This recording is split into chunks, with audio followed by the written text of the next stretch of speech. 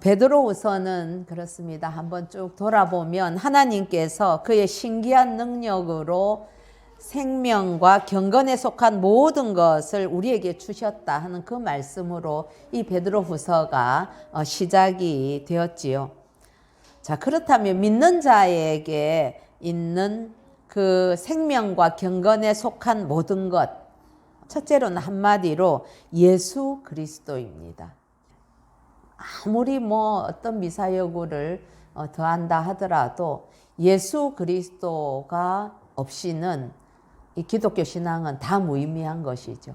그래서 5월 달에 푸놈펜에 있는 푸먼동 교회 여름 성경학교에서 우리가 주제를 뭘로 할까요? 그런 이야기를 나누다가 예수 그리스도지요. 네, 그래서 맞습니다. 예수 말고 뭘 하든지 행동을 하든 프로그램을 어떻게 하든 성경학교를 하든 기도를 하든 예배를 하든 구제를 하든 그 모든 것의 핵심은 예수 그리스도다. 그래서 예수 사랑 이것을 주제로 정하였습니다.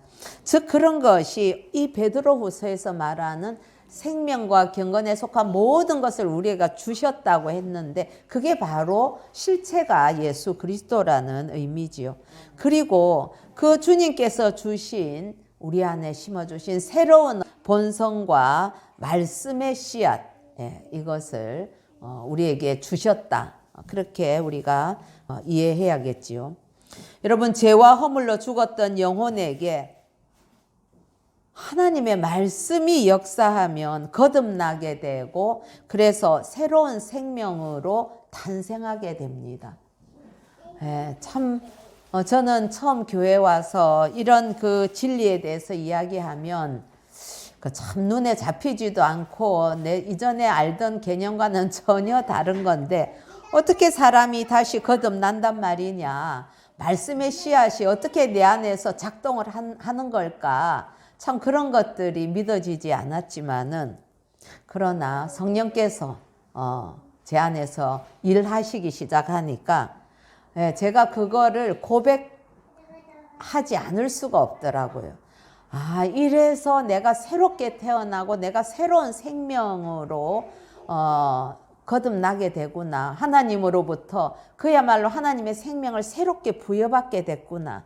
이전에 나는 참 완전히 죽을 수밖에 없는 죄인이었구나 하는 것을 깊이 깨닫게 되지요. 이 생명에는 말씀의 씨앗과 더불어서 새로운 본성이 심겨집니다.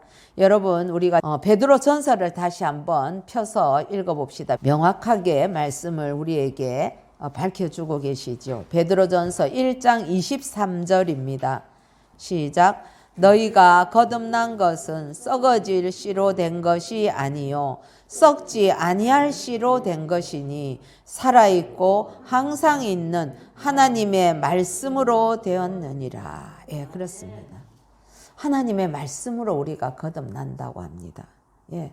그래서 거듭난 자의 이 새로운 본성에 심겨진 하나님의 그 말씀의 씨앗이 우리 안에서 심령 안에서 성령의 역사로 발화되고 싹이 그 틀 때마다 그는 영광과 덕으로 부르신 그 하나님을 알아가게 되는 거죠. 성령께서 우리 안에서 그 말씀을 통해서 역사하면 하나님을 알 수밖에 없습니다. 그래서 여러분 우리가 지식을 위해서 성경을 공부하는 것이 아니라 주님과 더 깊은 그 교제 또한 주님의 그 깊은 세계에 좀 더 들어가기 위해서 우리가 성경을 공부하고 생명이 있기 때문에 성경을 공부하면 사람이 바뀝니다. 하나님의 은혜로 바뀌는 거죠. 물론 그걸 많이 그냥 알았다고 해서 바뀌는 건 물론 아닙니다. 하나님께서 은혜를 주시면 그 은혜의 씨앗이 싹이 터서 변화가 일어난다는 거죠. 그리고 이렇게 싹이 트면 보배롭고 지극히 큰 하나님의 약속, 하나님의 이 약속도 결국은 말씀 아니겠습니까? 이 하나님의 약속을 배워가게 됩니다. 그렇기 때문에 거듭난 자에게 있는 새로운 본성과 그리고 그 안에 심겨져 있는 말씀의 씨앗은 예수 그리스도와 더불어서 생명과 경건에 속한 모든 것이다. 이렇게 정리를 할 수가 있겠네요. 자, 그것으로 우리가 하나님을 알아가고 또 지극히 큰 그 보배로운 약속들을 배워가니 어찌 그것이 참 소중하지 않겠습니까? 하나님께서 그의 택한 백성들을 불러서 거듭나게 하시고 그리고 새로운 본성과 말씀의 씨앗을 주셔서 하나님과 그분의 약속을 알게 하시는 이유가 무언가 우리 베드로 후서 1장 4절에 명확히 말씀했고 우리가 여러 번 상고했습니다. 1장 4절 한번 읽어보십시다. 시작. 이로써 그 보배롭고 지극히 큰 약속을 우리에게 주사 이 약속으로 말미암아 너희가 정욕 때문에 세상에서 썩어질 것을 피하여 신성한 성품에 참여하는 자가 되게 하려 하셨느니라. 그렇습니다. 여러분, 우리는 약속의 자녀들입니다. 하나님께서는 예수 그리스도를 통하여서 놀라운 약속을 주시고 또 우리가 이 성화되어 가는 그 모든 과정 가운데서도 하나님이 주신 그 약속을 바라보면서 걸어가게 되어 있지요.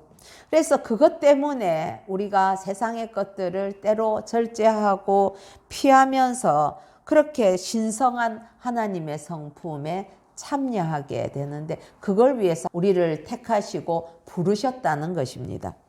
그래서 여러분, 하나님께서 우리를 불러서 거듭나게 하시고 새롭게 하신 이유는 아까 4절의 그 말씀처럼 정욕으로 썩어질 것만 구하던 그 인생을 하나님의 신성한 성품에 참여하는 인생으로, 즉 하나님을 닮게 해서 하나님과 교제하고 그분의 그 영원한 영광을 구하는 그런 그야말로 전혀 질적으로 다른 인생으로 우리를 만드시기 위해서 우리를 택하시고 부르셨다는 사실입니다. 베드로는 그렇게 부름받은 인생들을 향해서 이렇게 권면을 하지요. 우리 1장 5절부터 한번 읽어볼까요? 외우시는 분들은 외우셔도 좋겠습니다. 시작. 그러므로 너희가 더욱 힘써 너희 믿음의 덕을, 덕의 지식을, 지식의 절제를, 절제의 인내를, 인내의 경건을, 경건의 형제 우애를, 형제 우애의 사랑을 더하라. 예. 너무 많이 해서 여러분 다 외우셨죠? 그렇죠? 예. 베드로 사도는 첫 번째 편지인 베드로 전서에서 고난받는 형제들에게 이런 말씀을 했지요.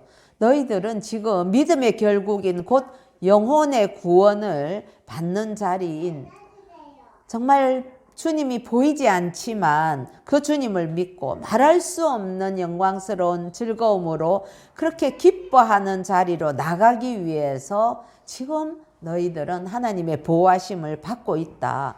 그런데 그 보호하심의 방법이 고난이니까 너희들에게 다가온 고난에 대해서 이상하게 여기지 말고 오히려 크게 기뻐하라. 그렇게 위로를 했습니다.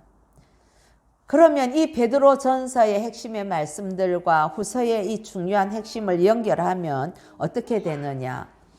너희는 하나님의 신기한 능력으로 구원을 얻어서 생명과 경건에 속한 모든 것을 받았고 그것으로 하나님을 사랑하는 백성으로 만들어져 가고 있으니 고난 중이라도 그런 하나님의 뜻을 알고 하나님을 닮은 인생이 되기 위해서 지금 있는 믿음에 더욱 힘써서 덕과 지식과 절제와 인내와 경건과 형제 우애와 사랑을 더해야 한다. 이것이 우리가 이제껏 베드로 전서와 후서 이 8절까지 상고한 내용을 한 문장으로 압축한 것이 될 수 있습니다.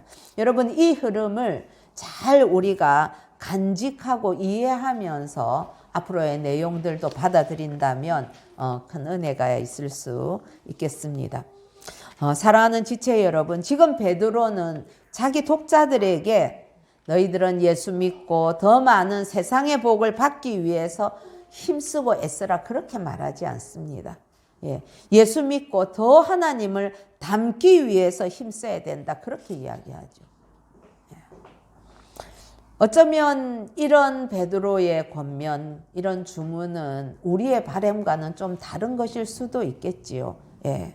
그러나 왜 하나님을 닮기 위해서 힘쓰고 예수를 더 닮아가기에 힘써야 되는가 하는 내용이 바로 오늘 우리 8절부터 11절까지 말씀으로 연결되기 때문에 그렇습니다. 우리 다시 한번 오늘 본문 8절부터 11절까지 읽겠습니다. 시작. 이런 것이 너희에게 있어 흡족한즉 너희로 우리 주 예수 그리스도를 알기에 게으르지 않고 열매 없는 자가 되지 않게 하려니와 이런 것이 없는 자는 맹인이라 멀리 보지 못하고 그의 옛 죄가 깨끗하게 된 것을 잊었느니라. 그러므로 형제들아 더욱 힘써 너희 부르심과 택하심을 굳게 하라. 너희가 이것을 행한즉 언제든지 실족하지 아니하리라. 이같이 하면 우리 주 곧 구주 예수 그리스도의 영원한 나라에 들어감을 넉넉히 너희에게 주시리라. 아멘. 여기에 반복되는 단어들이 나옵니다. 이런 것, 그리고 뭐 이것을 이같이 하면 뭐 이런 표현들이 쭉 나오죠. 여러분, 이런 것이 있어야 예수를 아는 일에 더 열심도 내고 열매도 맺는다고 이야기를 하고요. 이런 것이 없으면 맹인이라고 했는데 이런 게 뭐겠습니까?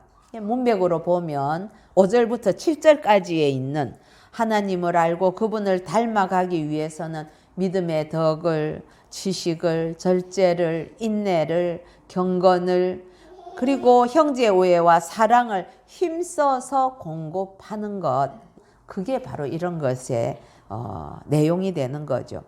그런데 또 이런 것이 없으면 맹인이라고 이야기를 합니다. 맹인이라는 의미는 이 영적인 맹인을 의미하는 거죠. 그렇죠? 그래서 멀리 보지 못하고 자기 인생을 큰 걸음으로 보지 못하고 아주 편협되게 보고, 그리고 자신에게 주어졌던 그 옛날을 잊어버리는 맹인. 여기 보면 멀리 보지 못하고 그 옛 죄가 깨끗하게 된 것을 잊었다 그랬거든요. 그러니까 영적인 그런 맹인을 의미하는 거죠. 그렇습니다. 여러분, 신앙이라는 것은 끊임없이 이전에 받았던 은혜들을 기억해가는 과정이라고 제가 늘 말씀을 드렸는데, 하나님께서 내게 베풀어 주셨던 그 놀라우신 은혜들을 잊어버린다. 그러면 내 영적인 시력이 많이 어두워졌구나. 그래서 흔히 영안이 어두워졌다. 이런 표현을 하지 않습니까? 예. 그런데 이렇게 영적인 것에 어두워져 버리면 뭐만 보이느냐? 예수 믿고 복 받아서 잘 사는 것 외에는 보이지 않게 됩니다. 인생이 바라봐야 되는 좀 더 높고 그리고 길고 커다란 목표와 그리고 소중한 가치, 이런 것이 마음에 말하자면은 쓱 지나만 가지 마음에 심겨지지 않는다는 의미지요. 오직 보이는 것은 눈앞에 있는 이익, 그리고 편안함, 내가 남들보다 좀 더 잘 돼야 된다는 그런 욕구들, 그리고 유명해지고 이름을 떨치는 그런 것뿐이어서 이렇게 영안이 어두워지게 되면 결국은 어떤 데까지 이르느냐? 예수님의 그 이름을 자신의 그런 욕구를 채우기 위해서 동원하고 사용하게 되는 거죠.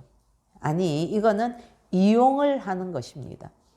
그러면서도 그는 자신의 그러한 믿음의 상태 때문에 하나님의 영광이 오히려 더럽혀지고 땅에 떨어져서 모욕을 당한다는 사실도 알지 못하는 거죠. 왜냐하면 겉으로는 종교적인 생활을 여전히 하고 있기 때문에 그렇습니다. 사랑하는 지체 여러분, 인생에서 제일 중요한 것이 무엇이겠습니까? 저는 단언코 이야기하건대 예수님을 아는 것, 예수를 믿는 것, 그것이 가장 중요한 것이라고 저는 믿습니다. 이건 경험적인 제 고백이기도 하고 성경이 하시는 말씀이기도 합니다. 여러분, 예수를 안다고 하늘에서 어디 돈이 떨어집니까? 아니면 집이 생깁니까? 예. 고생이 비껴가거나 단박에 무슨 큰 어떤 대박치는 그런 권세나 물질을 얻는 요술 같은 그런 일들은 예수 믿는다고 일어나지 않습니다. 그래서 주 예수를 믿고 안다는 것은 세상 사람들이 볼 때는 지금 당장은 별 쓸모가 없어 보이는 거지요. 그래서 안 믿는 사람들은 야, 예수 믿어봐야 뭐 그 무슨 소용이 있냐. 예수 믿으면 교회 가면 기도하면 밥이 생기냐 뭐 떡이 생기냐 그런 말 하지만 저는 밥도 생기고 떡도 생기고 다 한다고 믿지요. 그러나 그걸 위해서 우리가 믿는 건 아니지요. 예.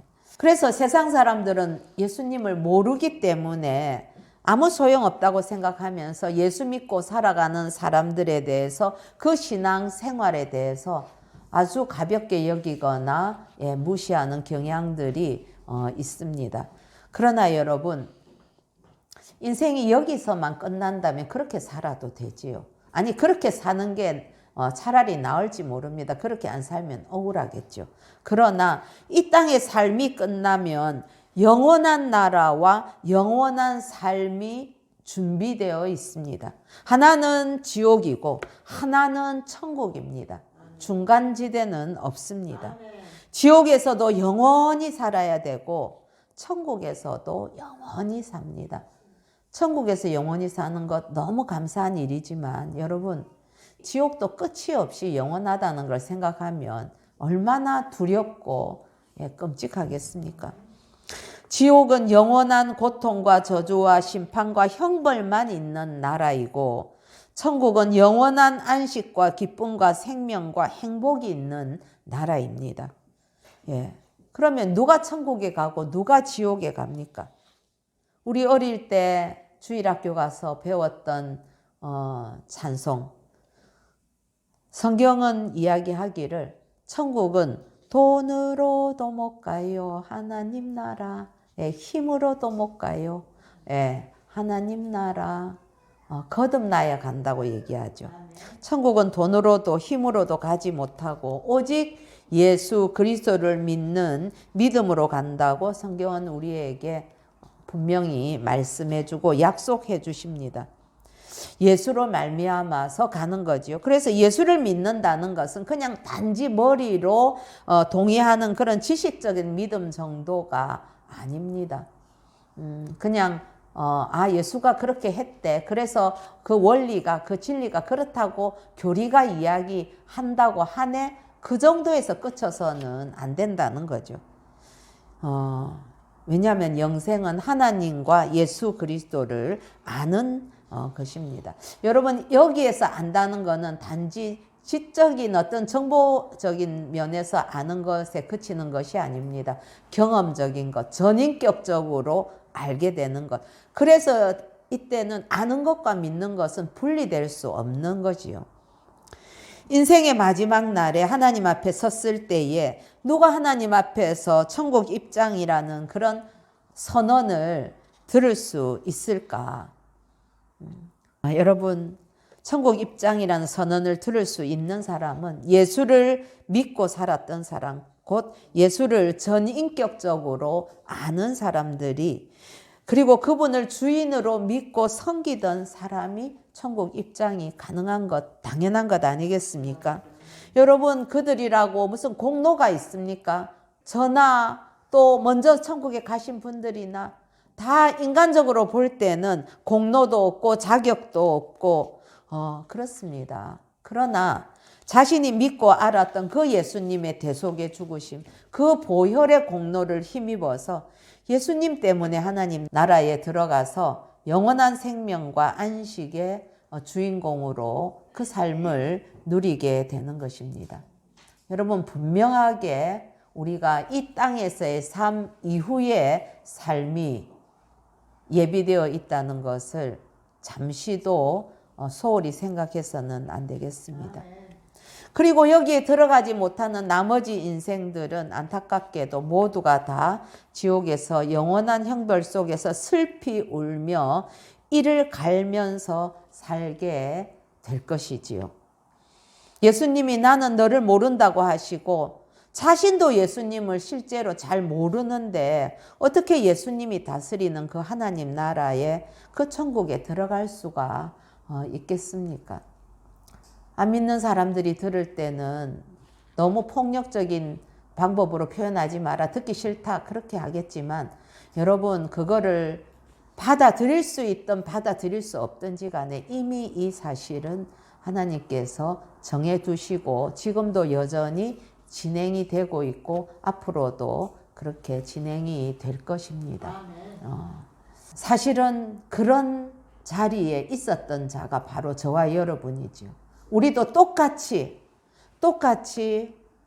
이전에 주님을 알기 이전에는 우리는 자동적으로, 왜냐하면 우리가 그 죄를 이어받은 자들이기 때문에 우리가 도무지 천국에 들어갈 자격이 없는 자였고 지옥에 가도록 정해져 있었던 자였지만 웬 은혜인지 하나님께서 우리를 택하시고 부르셔서 천국 갈 수 있는 길을 우리에게 허락하시고 그 길을 걸어가고 있기에 저와 여러분은 비록 이 땅에서 곤고하다 할지라도 이 순례길은 너무나 영광스러운 순례길이 될 것입니다. 그러니 이 예수를 믿고 아는 게 얼마나 중요한 일이겠습니까? 예수를 알기 위해서 뭘 힘써야 되는가? 그것은 오직 하나님의 은혜로만 가능한 일입니다. 여러분 한번 생각을 해보십시다. 처음 거듭나서 믿음을 갖게 되는 것 내 힘으로 했습니까?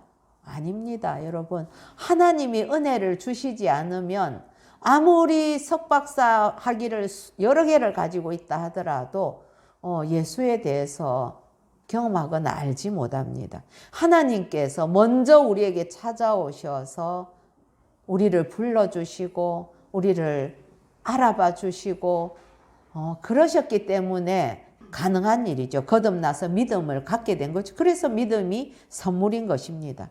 여러분 그렇다면 신앙을 갖고 난 이후에 과정은 어떻습니까?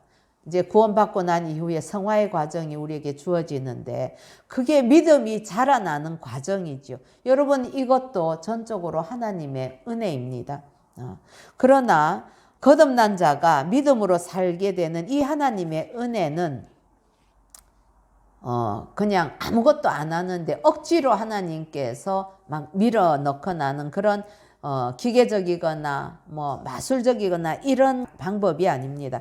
철저하게 인격적이기 때문에 우리에게 요구를 하실 수 있는 거죠. 그래서 이 성화의 과정은 하나님께서 우리를 이끌어 가시고 하지만은 우리도 거기에 우리 자신의 의지를 들여서 복종하면서 순종하면서 그렇게 따라가야만 되는 것이 요구되는 겁니다. 바로 그 요구가 믿음의 덕을 세우고 덕의 지식의 절제를, 절제의 인내를, 인내의 경건을, 경건의 형제 우애를, 형제 우애의 사랑을 공급하는 것이지요. 이 일에 더욱 힘쓰라고 하십니다. 여러분 힘쓰고 애씀으로 우리가 주 예수 그리스도를 알아가는 일에 게으르지 않아야 한다고 말씀하시면서 하나님을 닮아가는 열매가 바로 우리의 인격과 성품에 맺혀야 한다. 오늘 본문은 그렇게 말씀하고 있지요. 이런 게 없는 자는 그의 옛 죄가 깨끗하게 된 것을 잊어버리는 맹인과 같아서 그렇게 눈앞의 이익만 보고 그 이익을 위해서 죄와 욕망으로 다시금 자기 자신을 더럽히는 삶을 살게 된다. 그렇게 이야기합니다. 사랑하는 성도 여러분, 어떤 사람들의 눈에는 세상에 좋은 것만 보입니다. 물론 좋은 거 정말 많습니다. 특히 봄에 나가보면은 정말 얼마나 많은 사람들이 나와서 움직이는지요. 다 뭐하러 갑니까? 구경하러 갑니다. 맛있는 거 먹으러 갑니다. 즐길 거 즐기고 가보고 싶은 곳 막 가지요. 그리고 참 해보고 싶은 것도 많습니다. 그러나 그런 사람에게는 그 모든 좋은 것이 자신의 영혼을 더 풍성하게 하고 더 건강하게 하는 데는 큰 도움이 안 된다 하는 사실에 대해서 잘 못 느끼는 거죠. 예. 우리 육체나 그냥 그 정신 건강이나 그런 면에서 바라볼 때에 세상에 있는 여러 좋은 것들을 다 누리는 것도 사실은 많이 도움이 되지요. 특히 하나님께서 지으신 자연을 바라보면 그것 자체가 힐링이지 않습니까? 예. 그럼에도 불구하고 세상에서 이렇게 쾌락을 추구하는 그런 것들은 그건 어떤 때는 보면은 실컷 하고 오면 즐길 때는 좋은데 그걸로 이제 끝인 거죠. 예. 소금물을 마시면 마실수록 점점 더 들이키고 싶듯이 오히려 그런 쾌락은 말초적인 것들은 하면 할수록 오히려 더 부족한 듯이 느껴지는 것 아니겠습니까? 그 좋아 보이는 것들이 오히려 때로는 예수님을 알지 못하게 하는 요소가 되기도 하고요. 오히려 또 예수님을 알고 하나님을 닮아가는 일에 방해도 되고 걸림돌이 된다는 사실이 눈에 들어오지 않는다는 거죠. 맹인이 되어서 이전에 하나님 주신 은혜를 다 잊어버렸을 때 이런 현상이 일어난다는 것입니다.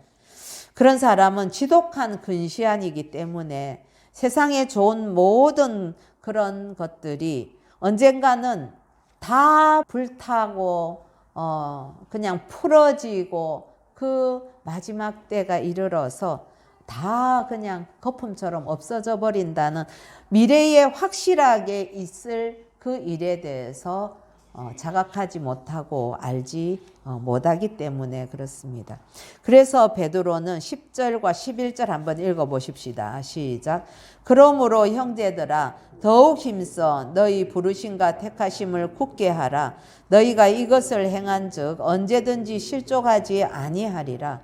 이같이 하면 우리 주 곧 구주 예수 그리스도의 영원한 나라에 들어감을 넉넉히 너희에게 주시리라. 그렇게 말씀하고 있는 겁니다. 지금 베드로는 하나님을 알고 하나님을 닮아가는 그 일을 택하심과 부르심 그리고 종말론적인 구원으로 연결을 하고 있습니다. 여러분 물론 먼저 우리가 하나님을 알고 닮아가고 있기 때문에 하나님께서 우리를 택하고 부르신 것은 아닙니다. 예. 인간은 끊임없이 본질적으로 하나님의 품을 벗어나려고 요동을 치죠.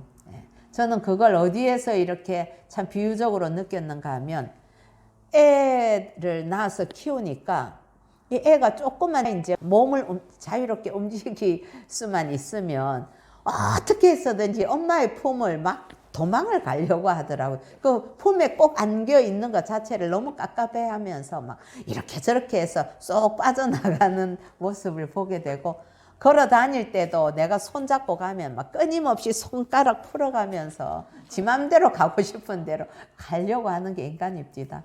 예, 그게 이제 행동으로 나타나는 뭐 발달 과정이기는 하지만은 영적인 눈으로 보니까 우리는 끊임없이 하나님을 거역하고 싶어하는 그 본성이 우리 속에 숨어 있구나 하는 걸 고백하게 됐거든요.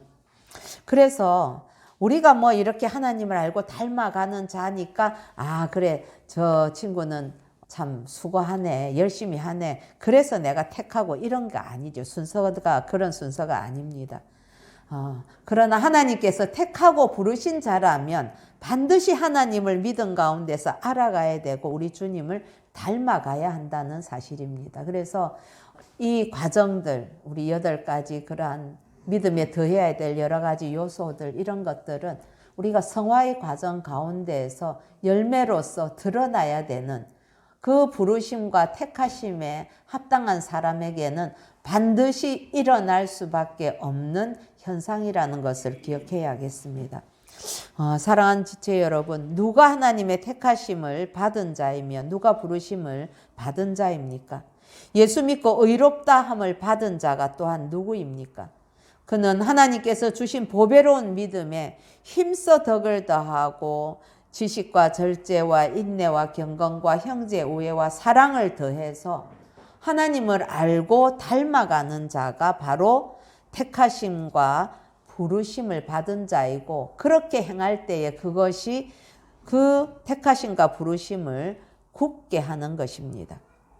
생명은 우리가 만들어낼 수 있는 것이 아니죠. 오직 하나님께로부터 옵니다. 그래서 저는 하나님에 관한 표현 가운데 제가 늘 깊이 느끼고 표현한 것 중에 하나가 바로 생명의 근원이신 하나님이라는 고백입니다. 정말 놀라운 은혜이자 철저히 하나님의 선물인 것이 바로 생명이지요.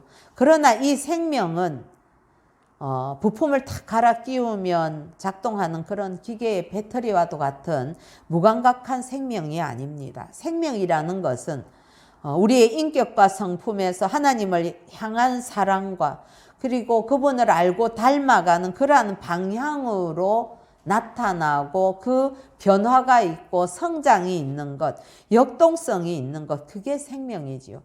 그런 것이 있어야만 오늘 말씀은 11절에서 주 예수 그리스도의 나라에 넉넉히 들어갈 수 있다고 말씀을 합니다.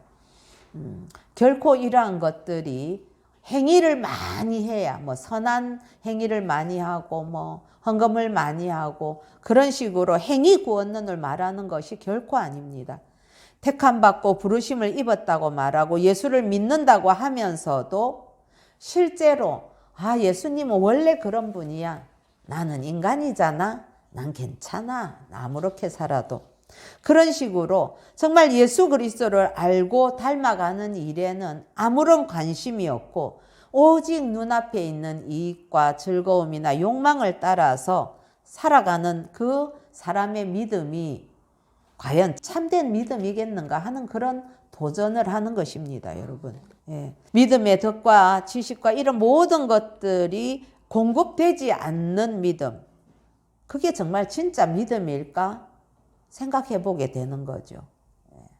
믿음은 좋다고는 하는데 그 믿음으로 인한 아름다운 성령의 열매들, 우리 9가지 열매들 알고 있지 않습니까? 이번에 우리가 또 했던 그 8가지의 신앙의 여러 가지 아름다운 모습들, 성품의 변화, 이런 게 일어나지 않는다면 과연 진짜 믿음이 맞는가? 우리가 우리 자신에게 질문할 수 있는 거죠. 하나님 나라에 넉넉하게 들어가는 그런 믿음이 과연 내가 지금 가지고 있는 믿음의 모습인가? 이것을 여러분들의 심령 가운데에 저도 정말 폭탄을 던지듯 그렇게 던져보지만은 여러분 스스로도 이 질문을 전향적으로 한번 생각해 보시면서 이 사순절의 기간 동안 내 믿음의 상태, 과연 내가 주님을 닮아가는 일에 얼마나 관심이 있는가 하는 것을 돌아보는 은혜가 있기를 소원합니다. 그래서 우리의 믿음이 머리에 머물지 않고 가슴으로 내려와서 우리 삶 속에서 역사하는 생명이 되어서, 그래서 신행일치가 되어서 하나님을 사랑하면서 그분을 닮아가는 방향으로 나아가고 자라가기를 우리 주 예수님의 이름으로 축복합니다. 오늘 선교 주일이지요. 지금 이제 다니엘 선교사님이 열심히 사역을 하고 계십니다. 사람들은 왜 그분들이 자신의 모든 안락한 삶을 다 내려놓고 미국에 재산 하나, 집 있는데 그것까지 이번에 싹 다 팔아서 그렇게 가지고 가서 사역들을 하시는지 세상 사람들은 도무지 이해를 못하겠지요. 그러나 주님을 깊이 만난 자들은 하나님의 은혜를 깨닫게 되면 그렇게 자신의 인생을 주님께 두려움 없이 던질 수 있는 것입니다. 제가 한번 간단히 읽어보겠습니다. 오늘 한 장이기 때문에. 할렐루야, 한 분 한 분이 선교사입니다 라며 오늘도 아버지께 한 분 한 분의 이름을 올려드리며 윗분과 소통하며 안식의 저녁을 감사하며 오랜만에 안부드립니다. 평안들 하신지요? 저희들은 감사함으로 잘 사역하고 있습니다. 오늘은 오랜만에 한국에서 온 믿음의 자매들을 우연히 만났습니다. 두 자매가 십자가 목걸이를 걸고 버스를 탔을 때 알아보았습니다. 그 십자가 목걸이가 얼마나 귀하게 보였는지 눈으로 보는 것만으로도 기뻤습니다. 그 자매들과 좋은 시간을 가지면서 모든 열방에 더 많은 영혼들이 당당하게 나오기를 손 모으며 그동안의 저희의 소식을 전합니다. 첫째, 저희는 마음도 몸도 분주하게 학교에서 난민교육센터에서 학생들을 가르치며 기쁜 소식도 전하며 복음을 전하며 행복하게 사역하고 있습니다. 이곳의 사역자들에게는 특별하게 느껴지지 않는 타국의 환경과 상황들이 저희에게는 비교하면 너무나 큰 축복으로 느껴지며 감사함으로 넘칩니다. 그러나 한편 매일의 분주함에 윗분을 향한 집중이 떨어질까 죄송함을 느낄 때도 있습니다. 더 순수하게 더 본질에 집중하며 주시는 그 기쁨을 빼앗기지 않도록 손 모아 주세요. 손 모아 주세요. 이거는 기도해 주세요. 그거죠. 한국의 사정은 점점 어려워져 가고 있지만 고아원의 아이들은 그래도 몇 번은 밥을 먹을 수가 있어 감사함을 표합니다. 그들도 자식들이 있는 사람들이니 양심은 있는 거지요. 매달 후원하는 저희의 아이들과는 매주 통하여 소통하며 윗분에 대해 이야기하고 때로는 제법 어른 같은 질문으로 저희를 놀라게 하며 예배를 드리고 있습니다. 흩어져 있는 아이들과 아버지의 계획과 모두의 손모음과 사랑이 아이들을 양육하고 있습니다. 저희들은 그저 아이들의 앞날을 윗분께 맡깁니다. 저희가 혹시 낙심될 때마다 아이들을 향한 아버지의 공급하심을 기적같이 경험하게 하시니 아버지의 계획 안에 있는 아이들이라 믿고 최선을 다하고 있습니다.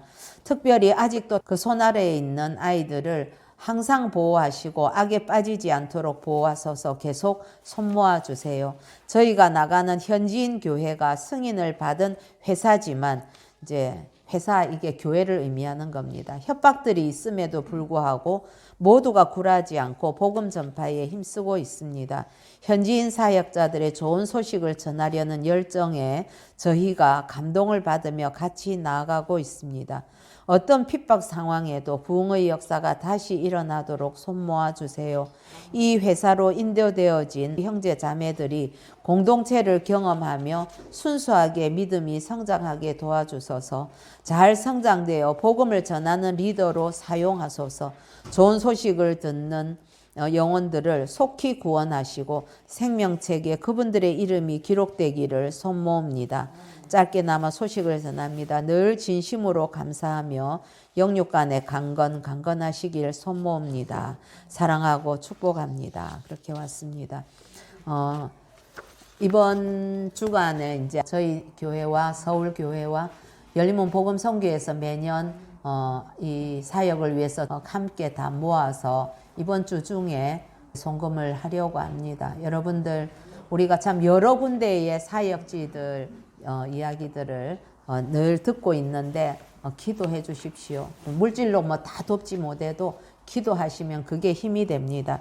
우리 캄보디아에서 지금 5월 10일부터 12일까지 또 여름 성경학교를 준비를 하고 있는데 이번에는 새로운 프로젝트를 목사님께서 만들어 오셨습니다. 참 멋지죠, 이런 거. 이게 뭐냐. 우리나라 같으면 캐리비안 베이와 같은 그런 시설이 캄보디아 푸놈펜에도 아시안 게임 때문에 지었다고 해요. 그래서 우리가 갔던 그 푸몬동 아이들 사진에서 여러분들 여러 번 보셨지 않습니까? 거기 뭐 신발도 안 신고 돌아다니고 하는데 뭐 수영장 같은데 한번 가보지를 않았고 이런 시설이 있는지도 모르고 사는 아이들이죠. 그냥 실컷 걔들이 물에서 노는 거는 갑자기 소나기들 자주 오기 때문에 그러면 막 거기에 막 발로 찬방거리면서 뛰어다니는 게 그 아이들의 물놀이의 모습입니다. 그래서 목사님께서 우리 최성교사님과 의논을 해서 그 지금 교회에 출석하고 있는 아이들이 작년에 갔을 때 60에서 80명 출석하고 있었는데 성경학교 작년에 우리가 한번 하고 오니까 지금은 110명 정도가 교회에 출석을 하고 있대요. 그래서 한 곳이 부족해서 두 군데 빌려서 나눠서 지금 예배를 드리고 있다고 합니다. 그래서 그 아이들을 대상으로 해서 세 번째 날에는 이제 첫째, 둘째 날에는 누구나 다 오게 하고 세 번째 날에는 아이들을 데리고 이 워터파크에 한번 데리고 가보자. 그러면 아이들이 세상이 이런 데도 있구나 싶을 것이고 내가 그 마약과 술과 그 부모들 다 열 몇 살짜리 부모들이 얼마나 많은지 모릅니다. 애들 중학생만 되면 다 동거하고 해가지고 가정에 여러 아이 있으면 아빠가 다 다릅니다. 그런 환경 속에서 교육도 제대로 받지 못하고 희망 없이 살다가 그래도 교회 가니까 야, 나한테 이런 일이 있네. 나는 여기에서 정말 벗어나고 난 정말 예수 믿고 저 선생님들처럼 다른 사람 나도 도와주면서 한번 살아봐야 되겠네 하는 그런 도전을 줄 수 있지 않을까 하는 마음으로 여기를 데리고 가기로 결정하고 이제 여러 가지 준비를 하고 있습니다. 그래서 사역에 동참하실 분들은 직접 함께 가셔도 좋고 또 물질로 동참하고 싶으신 분들도 같이 동참도 하셔도 좋겠습니다. 아직 시간이 있기 때문에 제가 또 차차로 이 사역에 대해서는 소개하고 함께 기도 제목도 드리도록 하겠습니다. 네, 기도하시겠습니다.